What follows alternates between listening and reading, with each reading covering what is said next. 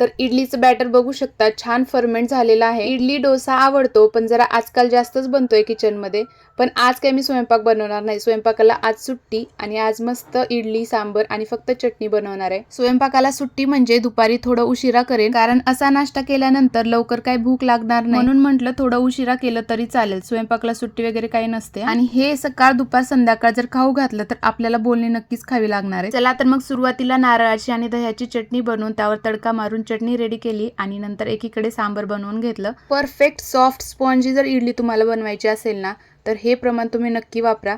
4 वाटी तांदूळ घ्यायचे आणि 1 वाटी उडीद डाळ घ्यायची. वातावरण जर जास्त थंड असेल तर त्यामध्ये थोडेसे मेथीदाणे टाकायचे किंवा ज्या भांड्यामध्ये आपण बॅटर तयार करून ठेवलं होतं त्याला चारी बाजूनी शॉल वगैरे गुंडाळून ठेवायची. तसं करून ठेवल्यामुळे काय होतं, आपलं पीठ छान फर्मेंट होतं आणि आपली इडली एकदम सॉफ्ट बनते. बघू शकता एकदम सॉफ्ट अशी इडली बनलेली आहे. चला तर मग आता ही सगळी कामं झाली होती. आता शिवांचा टिफिन भरून घेतला. त्याला एका डब्यामध्ये इडली आणि चटणी दिली होते. इडली सांबर तो घरीच खाऊन गेला होता. सकाळी एक तर टाइम कमी असतो, टिफिन बनवून रेडी करायचा, त्यांची बॅग आवरायची आणि त्यांचं सुद्धा आपणच आवरायचं. शिवांशला मी खूप सवय लावायचा प्रयत्न करते की त्याचं त्यानं स्वतः आवरावं, पण ती काय त्याला सवय लागतच नाहीये. चला तर मग मंडळी भेटूया नेक्स्ट व्हिडिओमध्ये. तोपर्यंत बाय बाय.